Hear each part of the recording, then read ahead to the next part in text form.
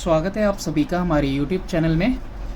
और आज हम बायो क्लास 9 से डिस्कस करने वाले हैं chapter 7 that is respiration in plants. तो शुरू करते हैं हम पहले प्रोग्रेस चेक से, जो कि दिया हुआ है पेज नंबर 56 पे। फर्स्ट क्वेश्चन है, write the important aspect about the overall chemical equation of respiration pertaining to the following: number of step for glucose to break down into carbon dioxide and water, second है involvement of enzymes, और third है आपका forms of energy liberated। Text book में page number 55 पे देखते हैं। तो ये रहा आपका स्टेप कि देखो इसमें क्या हो रहा है, ग्लूकोज ब्रेक डाउन हो रहा है ऑक्सीजन के साथ कंबाइन होके एंजाइम के प्रेजेंस में कार्बन डाइऑक्साइड, वाटर और एनर्जी में। सेकेंड वाला था, तो इसका मतलब ये जो होता है ना, ये सेवरल स्टेप में होता है। ओके, नेक्स्ट वाला था एंजाइम का। तो देखो हर एक जो ब्रेक डाउन होता है is due to a particular enzyme. इसको आप ये भी कह सकते हो कि it is an enzyme catalysed process. तो इन्वॉल्वमेंट ऑफ एंजाइम इस तरह से होता है कि it is an enzyme catalysed process. Last वाला था कि फॉर्म ऑफ एनर्जी लिबरेटेड। तो यहाँ पे देखो the energy liberated in the break down of the glucose molecule is in the form of heat, इसको कट कर देना, is in the form of heat and in the form of ATP. ATP that is adenosine triphosphate. Question number 2 है, list 3 ways in which respiration is different from burning। Just उसी के beside में दिया हुआ है, बगल में है रेस्पिरेशन और बर्निंग। रेस्पिरेशन और बर्निंग में डिफरेंस देखो कि रेस्पिरेशन सेलुलर प्रोसेस होता है जबकि बर्निंग नॉन सेलुलर है।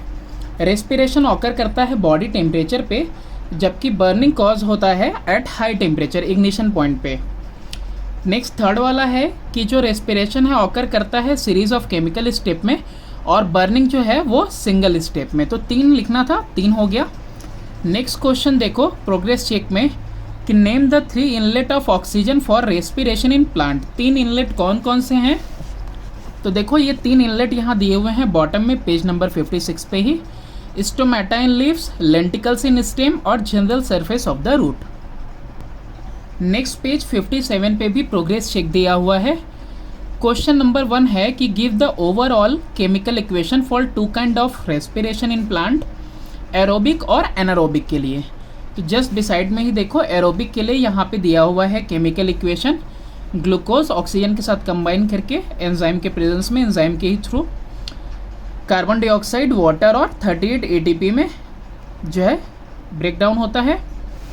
और इसके अलावा देखो एनारोबिक रेस्पिरेशन का दिया हुआ है कि ग्लूकोज जो है ब्रेक डाउन होता है एब्सेंस ऑफ ऑक्सीजन में, और इथेनॉल प्रोड्यूस होता है, कार्बन डाइऑक्साइड प्रोड्यूस होता है और एटीपी। इसके अलावा देखो नेक्स्ट क्वेश्चन है तुम्हारा प्रोग्रेस चेक में, mention any one difference other than those reflected in 2 chemical equation given above. 2 difference बताने हैं जो कि केमिकल इक्वेशन में दिए हुए हैं उसके अलावा। तो देखो इसके अलावा यहाँ पे है एक डिफरेंस इन दोनों के में। सबसे लास्ट वाला कि जो आपका एरोबिक रेस्पिरेशन होता है ऑकर होता है थ्रू आउट लाइफ, और जो एनारोबिक रेस्पिरेशन होता है वो ऑकर होता है टेम्पोररली फॉर शॉर्ट पीरियड। लास्ट वाला है थर्ड क्वेश्चन प्रोग्रेस चेक का 57 पेज पे, certain organism respire only anaerobically यानी in absence of oxygen throughout their life, पूरी जिंदगी में। Name any 2 such organism. तो बैक्टीरिया है और फंजाई। पेज टर्न करने पे पेज नंबर 60 पे again there is a progress check. In question number 1 है कि in experiments on respiration, experiment करते हैं रेस्पिरेशन पे, seeds taken as control are boiled, why. तो ये बॉइल्ड सीड्स क्यों लेते हैं? इसका आंसर होगा कि जो बॉइल्ड सीड्स होते हैं are taken as controlled reaction.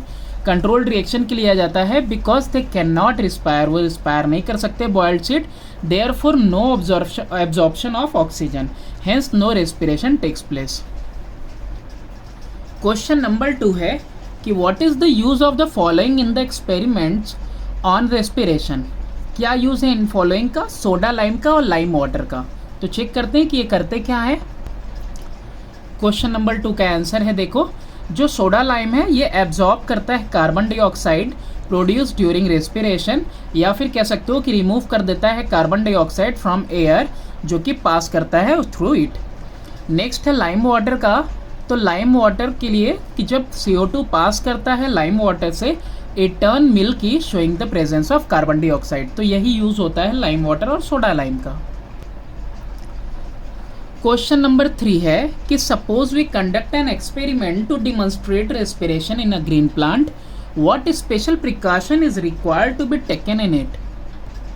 Page number 59 में देखो, जहाँ पे एक्सपेरिमेंट है to prove that carbon dioxide is produced by green plant during respiration, वहाँ देखो स्पेशल कंडीशन मेंशन है कि इट इज़ नेसेसरी कि ये एक्सपेरिमेंट कैरीड आउट हो इन डार्क में, और the bell jar is completely covered हो पीस ऑफ ब्लैक क्लॉथ, काले कपड़े से, ताकि टू प्रिवेंट फोटोसिंथेसिस, ताकि फोटोसिंथेसिस ना हो, सो दैट कार्बन डाइऑक्साइड जो लिबरेट हो रेस्पिरेशन में वो यूज्ड अप ना हो in synthesis of starch. Question number 4 है आपके पास, in experiment number 5 we are using mercury in the test tube and the beaker, mercury का यूज़ कर रहे हैं, why can't we use water instead, उसकी जगह पे वाटर का यूज़ क्यों नहीं कर सकते। तो देखिए इसका आंसर होगा बिकॉज जो कार्बन डाइऑक्साइड प्रोड्यूस हुआ है एक्सपेरिमेंट में वो डिज़ोल्व हो जाएगा वाटर में और वो इन्फ्लुएंस करेगा रिजल्ट ऑफ द एक्सपेरिमेंट को, और वो मरकरी में नहीं डिज़ोल्व होता, इसलिए मरकरी का यूज़ करेंगे, वाटर का नहीं। पेज नंबर 61 पे one last progress check, fill in the blanks. Fill in the blanks में देखो, in anaerobic respiration in plant the end product is, anaerobic में कार्बन डाइऑक्साइड और वाटर होता है instead of acid in animals, animals की बात कर रहा है इसलिए। नेक्स्ट है the table below is intended to give certain differences between photosynthesis and respiration, but a few point are given wrongly, strike out the wrong ones and write the correct word instead.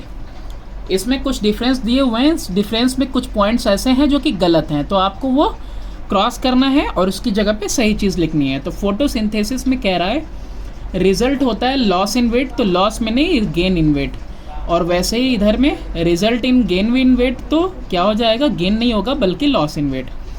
Sucrose is the product, बिल्कुल नहीं, glucose is the product, और respiration में glucose product होता है ना कि sucrose is the product. Occurs in green cell only, बिल्कुल सही बात है, ऑकर्स इन ऑल सेल ये भी सही है, तो कोई नो नीड टू सही करने का। नेक्स्ट वाला है यूजेस वाटर एंड ऑक्सीजन, तो देखो फोटोसिंथेसिस में वाटर और कार्बन डाइऑक्साइड यूज होता है, और यहाँ पे यूजेस ग्लूकोज एंड ऑक्सीजन सही है। अब हम आ जाते हैं एक्सरसाइज के रिव्यू क्वेश्चन में। ए वाला पार्ट है मल्टीपल चॉइस टाइप। सबसे पहला है ग्लाइकोलाइसिस इज अ प्रोसेस। कौन सा प्रोसेस होता है ग्लाइकोलाइसिस, तो ये वो प्रोसेस होता है जिसमें ग्लूकोज ब्रोकन होता है इनटू पायरुवेट। ओके, अब क्वेश्चन नंबर 2 है आपका, in plant a common function is performed by stomata and lenticels, दोनों में कॉमन फंक्शन होता है, और ये कॉमन फंक्शन क्या है, ऑक्सीजन ऑब्टेन करने का। नेक्स्ट वाला है third question, anaerobic respiration normally occurs in baker's yeast, किसमें, बेकर्स यीस्ट में। अब बी वाला देखते हैं, वेरी शॉर्ट आंसर टाइप। सबसे पहला क्वेश्चन है, do the plant respire all day and all night और ओनली एट नाइट, तो प्लांट रिस्पायर करते हैं all day and all night, because लगा लेना, because respiration is must in living organism. Second question है, नेम द फॉलोइंग, नेम बताना है। सबसे फर्स्ट वाला है energy currency of cell, that is ATP। Next है oxidative breakdown of carbohydrate to release energy, तो इस प्रोसेस को कहते हैं रेस्पिरेशन। सी वाला है कि an organism which respires throughout life anaerobically, तो बैक्टीरिया और फंजाई दोनों हो सकते हैं, तो फंजाई लिखा है मैंने। डी वाला a common phase in both aerobic and anaerobic respiration, उसे कहते हैं ग्लाइकोलाइसिस। नेक्स्ट है ई वाला, एरोबिक रेस्पिरेशन रिक्वायर करता है ऑक्सीजन। नेक्स्ट एफ है a chemical which remove carbon dioxide from the air, that is soda lime. अब क्वेश्चन नंबर 3 है true false. Mention if the following statement are true और false, if false rewrite them correctly. दोबारा लिखना है सही से। A वाला है कि aerobic respiration of 1 mole of glucose yield करता है 138 एटीपी, बिल्कुल गलत, 38 एटीपी, तो ये फॉल्स हो जाएगा और 138 की जगह 38 एटीपी। बी वाला है anaerobic respiration in plant yield lactic acid, बिल्कुल नहीं, ये यील्ड करता है इथेनॉल, तो ये भी फॉल्स हो गया। Carbon dioxide readily dissolve in lime water, बिल्कुल सही है, ट्रू है ये, no need to change. D वाला है all leaves of a green plant normally respire anaerobically at night, तो यहाँ पे एनारोबिकली नहीं होगा बल्कि एरोबिकली होगा एट नाइट, तो ये फॉल्स है। नेक्स्ट है शॉर्ट टाइप सी वाला, और सी में सबसे फर्स्ट क्वेश्चन है what happens to the energy liberated in respiration.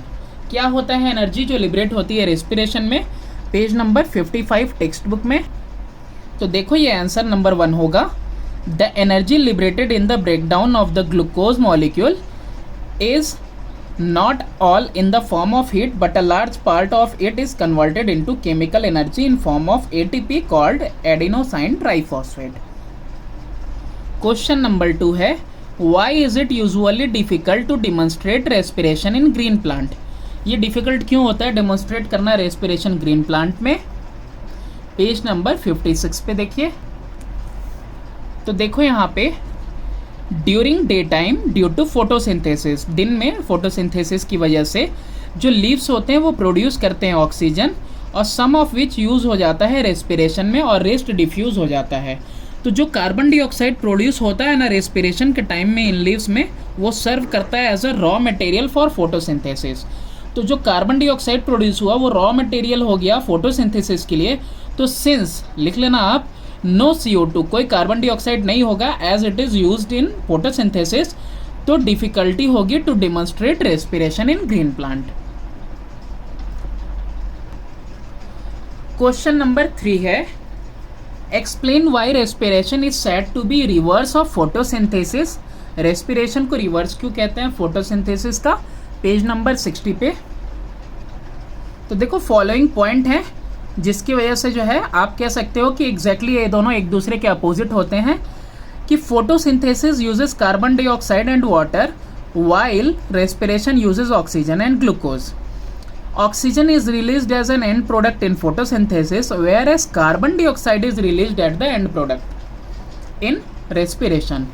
फिर photosynthesis result in gain in weight, whereas respiration result in loss in weight.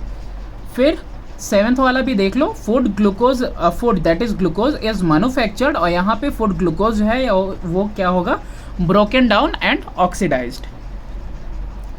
तो यही वो फॉलोइंग पॉइंट्स है जिसकी वजह से फोटोसिंथेसिस और रेस्पिरेशन कैसे हैं, एक दूसरे के अपोजिट हैं। क्वेश्चन नंबर 4 है how is the tilling of the soil useful for the crop growing in it. Page number 56 पे देखो, प्लफिंग और tilling of the soil create करता है tiny air space around soil particle and provide the source of oxygen for the root, और जो कि necessary होता है अच्छी ग्रोथ के लिए, इतना काफ़ी है। तो दैट इज वाई टिलिंग जो है यूजफुल होता है क्रॉप्स के लिए।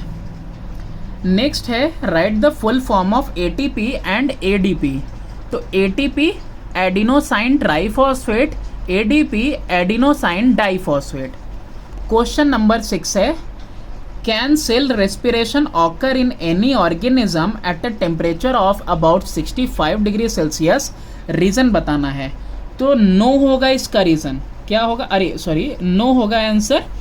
Y, because enzyme involve in photosynthesis involve in respiration becomes inactivated at high temperature. High temperature पे बिल्कुल इनएक्टिव हो जाते हैं, इसीलिए सेल रेस्पिरेशन किसी ऑर्गेनिज्म में 65 डिग्री सेल्सियस से ऊपर नहीं हो सकता है, इतने टेम्परेचर पे नहीं होगा। Now fill in the blanks है हमारा। Dash are the opening found on older stem, तो दैट इज कॉल्ड लेंटिसेल्स। ठीक है, नेक्स्ट है glycolysis occur in the dash of the cell, तो that is cytoplasm. Dash is a respiratory substance, तो glucose. Fourth वाला है D, rate of dash is more than the rate of dash, तो photosynthesis का rate respiration से ज़्यादा होता है इन day time in case of green plant. ठीक है, डे टाइम भी बोला है और in case of green plant भी। नेक्स्ट है dash is a chemical which absorb oxygen of the air, तो that is pyrogallate of potash.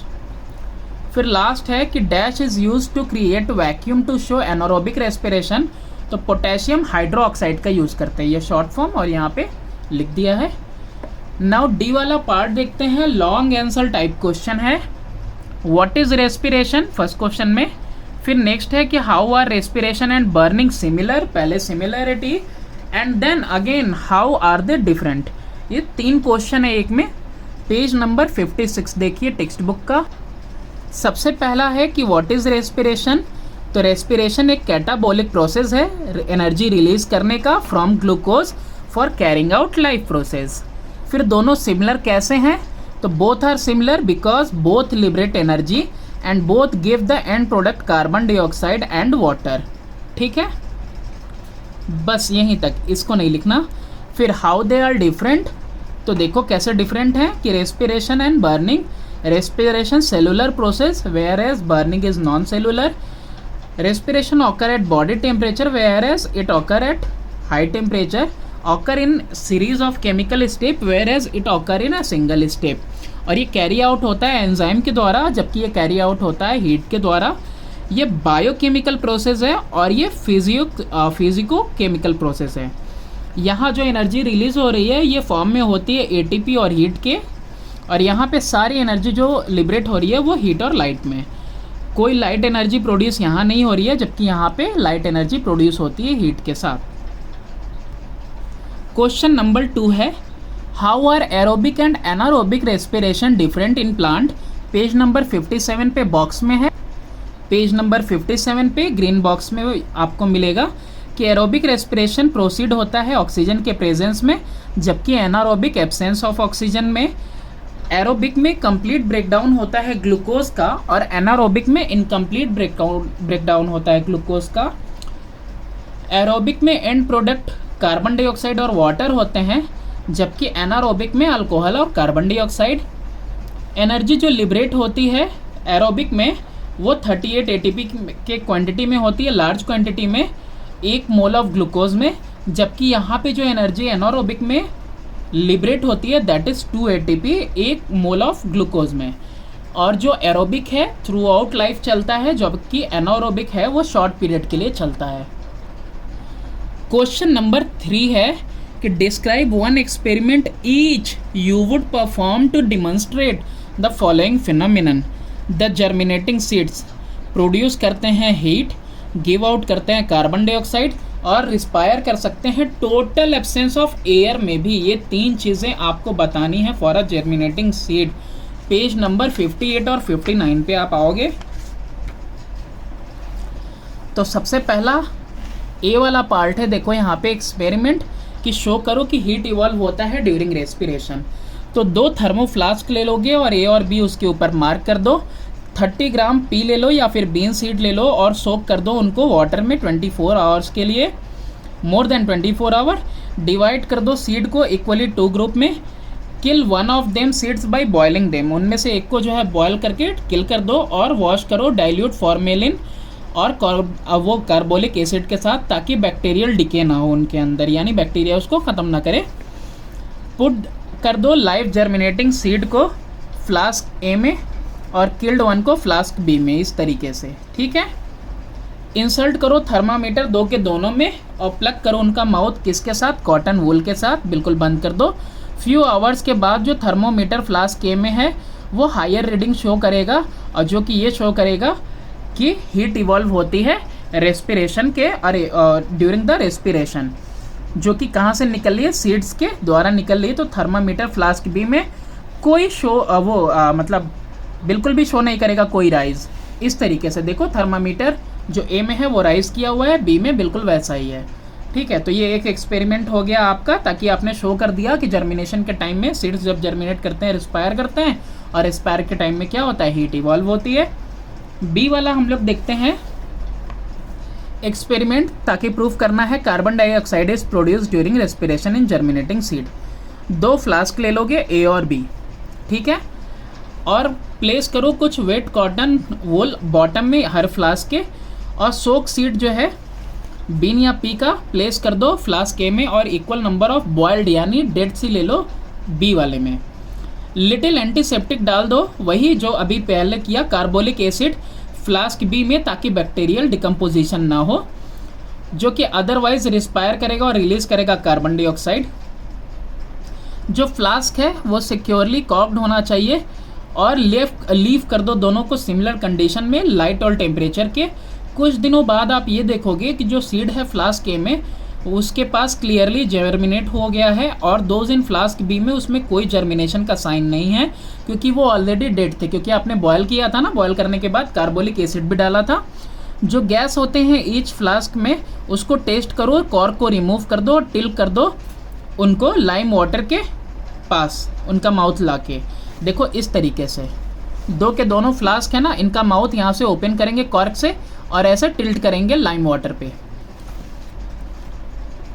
तो देखो होगा क्या। और शेकअप करो टेस्ट ट्यूब को। जो एक्सपेक्टेड गैस कार्बन डाइऑक्साइड होता है वो हैवियर होता है एयर से, तो वो नीचे गिरेगा लाइम वाटर में टेस्ट ट्यूब में। तो जो गैस तो ए वाला जो होगा ना वो लाइम वाटर को मिल्की टर्न करेगा, जबकि बी वाला कोई इफेक्ट नहीं शो करेगा। तो ए वाला अगर लाइम वाटर को मिल्की शो कर रहा है तो लाइम वाटर मिल्की तभी होता है जब कार्बन डाइऑक्साइड हो, तो यानी कि जर्मिनेशन जब होगा, सीड्स जो जर्मिनेट कर रहे हैं वो कार्बन डाइऑक्साइड रिलीज कर रहे हैं, जबकि जो जर्मिनेट नहीं करता वो रिलीज नहीं करता। तो इसका मतलब प्रूफ हुआ कि कार्बन डाइऑक्साइड जो है प्रोड्यूस होता है रेस्पिरेशन के टाइम में इन जर्मिनेशन ऑफ सीड। एक लास्ट एक्सपेरिमेंट है, डिमॉन्स्ट्रेट करना है एनारोबिक रेस्पिरेशन को। इसको कैसे डिमॉन्स्ट्रेट करेंगे, तो 8 से 10 सोक्ड किया हुआ और पील्ड किया हुआ पी सीड ले लेंगे टेस्ट ट्यूब में, फिल करेंगे टेस्ट ट्यूब को मरकरी के साथ और इन्वर्ट कर देंगे टेस्ट ट्यूब को बीकर में फिल्ड विथ मरकरी। जो सीड हैं वो कम्प्लीटली सराउंड होंगे मरकरी से। आफ्टर 2 डेज जो लेवल होगा मरकरी का वो फॉल कर जाएगा, अभी पीछे फिगर में है 7.7 पे, और जो लिबरेटेड गैस होगा वो फाउंड होगा कि वो कार्बन डाइऑक्साइड है। कार्बन डाइऑक्साइड को टेस्ट करेंगे कैसे, एक स्टिक लाएंगे पोटेशियम हाइड्रोक्साइड का, वो लाएंगे टेस्ट ट्यूब में इंसर्ट करेंगे, which will float up through mercury, और वो फ्लोट करेगा थ्रू अप मरकरी पे on coming into contact with gas, gas के कांटेक्ट में आने के बाद will absorb the carbon dioxide and level of mercury will again rise. तो ऐसे में क्या होगा ना कि वो जो होगा कार्बन डाइऑक्साइड को एब्जॉर्ब कर लेगा और लेवल ऑफ मरकरी जो है फिर से राइज कर जाएगा। सिमिलर कंट्रोल एक्सपेरिमेंट सेटअप करेंगे जिसमें कि सीड्स को लेंगे हम लोग किल करने के बाद, यानी वही बॉयल कर देंगे, बॉयल करने के बाद कार्बोलिक एसिड डाल देंगे बाय हीटिंग एंड स्टेरलाइजिंग दिया हुआ है with some antiseptic that is carbolic acid. तो इसमें देखेंगे कि कोई भी गैस जो है लिबरेट नहीं हो रहा है, तो यानी कि इस तरीके से दोनों का दोनों एक्सपेरिमेंट ले लेंगे। तो यहाँ पे देखो जर्मिनेटिंग सीड्स लिए हुए हैं, आफ्टर 2-3 डेज देखो यहाँ पे कार्बन डाइऑक्साइड की वजह से क्या हुआ, ये दिख रहा है यहाँ पे गैप आ गया, सीड्स ऐसा पहले पूरा फुल्ली फिल्ड था मरकरी से, फिर कार्बन डाइऑक्साइड रिलीज हुआ तो कार्बन डाइऑक्साइड यहाँ पे आया और मरकरी का लेवल देखो नीचे चला गया है। ठीक है, तो इससे डिमॉन्स्ट्रेट होता है कि एनारोबिक रेस्पिरेशन होता है इन एब्सेंस ऑफ ऑक्सीजन। अब इसके बाद हमारा कौन सा क्वेश्चन है, क्वेश्चन नंबर हमारा 4 है।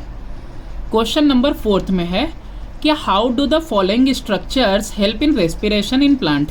लेंटिसेल्स, तो लेंटिसेल हेल्प करते हैं एक्सचेंज में और बर्निंग में। स्टोमेटा क्या है, स्टोमेटा एक्सचेंज ऑफ गैसेस में हेल्प करता है इन लीव्स।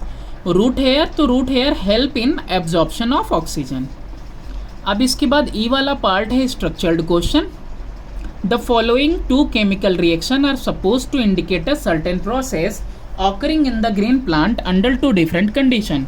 ए वाला है जिसमें ग्लूकोज का ऑक्सीजन के साथ कंबाइन करके कार्बन डाइऑक्साइड में और किस में ब्रेक करेगा, वाटर में और 38 ATP में। तो पहला यही था, फिल इन द ब्लैंक्स, तो यहाँ पे वाटर हो जाएगा। नेक्स्ट है ग्लूकोज जो है क्या फॉर्म करेगा तुम्हारा, इथेनॉल फॉर्म करेगा, तो इथेनॉल पुट कर देंगे फिल इन द ब्लैंक्स में, और कार्बन डाइऑक्साइड और 2 ATP। ठीक है, इसमें 2 ATP निकलता है। अब यहाँ पे दे रहा है सेकेंड पार्ट इसका कि name the process represented by the two chemical equation. ये देखो एरोबिक रेस्पिरेशन ऑक्सीजन है, ये बिना ऑक्सीजन का एनारोबिक रेस्पिरेशन हो गया। फिर कह रहा है what are the condition under which two reaction A and B are occurring. तो वो दो कौन कौन से हैं? तो पहला वाला ऑक्सीजन के प्रेजेंस में है, ये कंडीशन हो गया, और दूसरा एब्सेंस ऑफ ऑक्सीजन में, ये कंडीशन हो गया। क्वेश्चन नंबर 2 है आपके पास, the following diagram refer to an apparatus which is used to demonstrate a physiological process. What is the purpose of keeping potassium hydroxide KOH in the test tube X and Y? Test tube X में हमने potassium hydroxide का solution रखा है। तो भाई क्यों रखा है? पोटेशियम हाइड्रोक्साइड का सॉल्यूशन X और Y में इसलिए रखा है to check the presence of carbon dioxide, क्योंकि ये क्या करेगा? एब्जॉर्ब कर लेगा कार्बन डाइऑक्साइड को। बी वाला पार्ट है कि Y has the coloured water जो है राइजन इन ट्यूब 1। ट्यूब 1 में ये कलर्ड वाटर क्यों राइज किया है? डायग्राम को देखते हुए समझना। When process of respiration takes place in test tube X, तो जो ऑक्सीजन प्रेजेंट होता है टेस्ट ट्यूब में वो कंज्यूम हो जाता है, और जो कार्बन डाइऑक्साइड प्रोड्यूस होता है रेस्पिरेशन में वो एब्जॉर्ब हो जाता है पोटेशियम हाइड्रोक्साइड के द्वारा। पोटेशियम हाइड्रोक्साइड एब्जॉर्ब करता है कार्बन डाइऑक्साइड को, प्रेजेंट होता है जो टेस्ट ट्यूब में।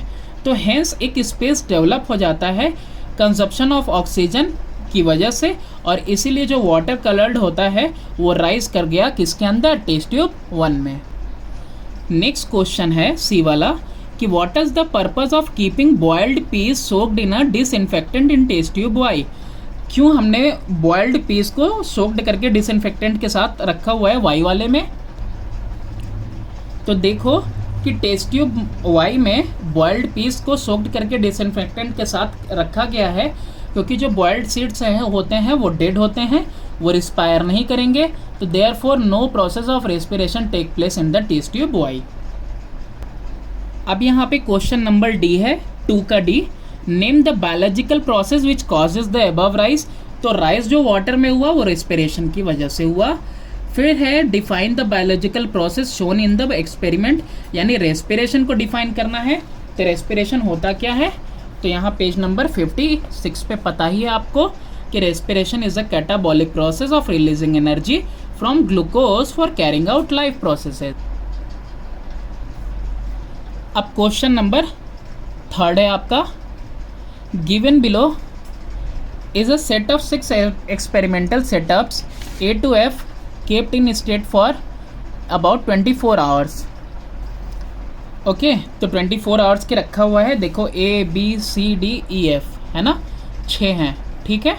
और इसमें देखो रखा ही हुआ है नहीं हुआ है, प्लांट का कोई पार्ट नहीं है, बाकी 5 में प्लांट के पार्ट्स रखे हुए हैं।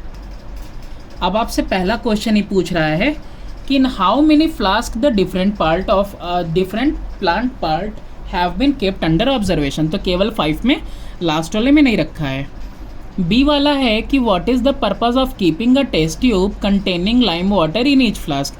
हर फ्लास्क में देखो यहाँ पे लाइम वाटर रखा हुआ मिलेगा।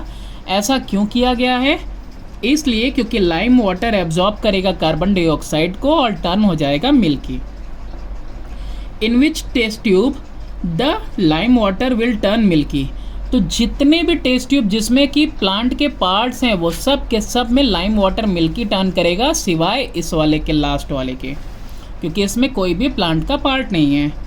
फिर उसके बाद है डी वाला कि what is the purpose of setup of F. तो F as a control experiment हमने रखा हुआ है। अब लास्ट पार्ट ई वाला है कि what conclusion can you draw from this experiment. तो भाई इस एक्सपेरिमेंट से यही हम लोग डिमॉन्स्ट्रेट कर रहे हैं कि प्लांट के जो भी पार्ट्स हैं वो प्रोड्यूस करते हैं CO2 during respiration. Last question की तरफ हम लोग मूव करने वाले हैं। अब लास्ट क्वेश्चन है, in order to study and prove a particular physiological process in plant following experiment was set up, study the same and then answer the question that follow. सबसे पहला क्वेश्चन है, देखो पहले क्या किया, सोडा लाइम है, फिर इसमें लाइम वाटर है, इसमें जर्मिनेशन हो रहा है सीड का, इसमें सीड्स पुट किए हुए हैं, और फिर यहाँ पे लाइम वाटर है, ठीक है, जो कि मिल्की टर्न होगा। अभी देखते हैं आगे। फर्स्ट क्वेश्चन है, name the physiological process being studied. कौन सा फिजियोलॉजिकल प्रोसेस स्टडी हो रहा है? Respiration. What is the function of soda lime in the bottle A and why is lime water placed in bottle B. दोनों बताना है कि क्या फंक्शन है सोडा लाइम का ए में और लाइम वाटर जो कि प्लेस किया हुआ है बी में। और ये भी देख लो सी वाला, what change would you expect to observe in bottle D. Bottle D में क्या चेंज आएगा। तो सोडा लाइम इज केप्ट किया हुआ है बॉटल ए में so as to check presence of passage of CO2 कि CO2 पास कर रहा है present in the bottle B. Because the soda lime has, क्योंकि जो सोडा लाइम है उसके पास एक टेंडेंसी होती है कि वो ऑब्जॉर्ब कर ले कार्बन डाइऑक्साइड को जो कि हवा में प्रेजेंट होते हैं। तो जो लाइम वाटर है प्रेजेंट है बॉटल बी में, वो शो करेगा कि no CO2 is entering in bottle C, की CO2 कोई भी एंटर नहीं कर रहा है बॉटल सी में, क्योंकि वो एब्जॉर्ब कर ले रहा है with the air passing through bottle सी। जो एयर पास कर रहा है ना बॉटल सी में, उसके साथ कोई भी कार्बन डाइऑक्साइड नहीं जा रहा है, क्योंकि लाइम वाटर क्या कर रहा है, कार्बन डाइऑक्साइड एब्जॉर्ब कर ले रहा है। अब यहाँ पे क्या होगा, सी वाले में डी पे क्या इफेक्ट होगा। तो जो बॉटल डी है हैविंग लाइम वाटर, वो शो करेगा CO2 प्रोड्यूस हुआ है due to respiration take place in bottle C having germination seeds in it, क्योंकि उसके अंदर जर्मिनेटेड सीड्स हैं तो CO2 प्रोड्यूस होगा, वही CO2 डी में जा रहा है। और डी वाले बॉटल में क्या होगा, जैसे कि बताया कि लाइम वाटर टर्न हो जाएगा मिलके, जो कि पास करेगा थ्रू द बॉटल डी। और क्वेश्चंस हैं यहाँ पे अभी नेक्स्ट पेज पे। कह रहा है represent the physiological process named in A above in the form of chemical equation. तो हुआ क्या है, ऊपर में ग्लूकोज ऑक्सीजन के साथ कंबाइन करके कार्बन डाइऑक्साइड वाटर और 38 ATP in form of energy release किया है। फिर ई वाला पार्ट भी है यहाँ पे, in order to obtain accurate result the bottle C should be covered with a piece of black cloth, काले कपड़े से ढक देना है। क्यों, तो देखो यहाँ पे कि bottle see when is covered with black cloth, तो वहाँ पे कोई स्कोप नहीं होगा फोटोसिंथेसिस का, हेंस प्रोसेस ऑफ रेस्पिरेशन जो है सिर्फ और सिर्फ ऑब्जर्व होगी, इसलिए उसको ढक देते हैं ताकि फोटोसिंथेसिस ना हो। फिर लास्ट वाला भी एक क्वेश्चन है, देखो if bottle C was fitted with 3 holed rubber stopper and a thermometer were introduced in such a way that its bulb reaches close to the germinating seed, what would you observe why. अगर जो bottle सी है fit होता 3 whole rubber stopper से और thermometer से introduce किया जाता कि उसका बल्ब जो है जर्मिनेटिंग सीड के पास होता, तो तुमको क्या ऑब्जर्वेशन मिलता। तो देखो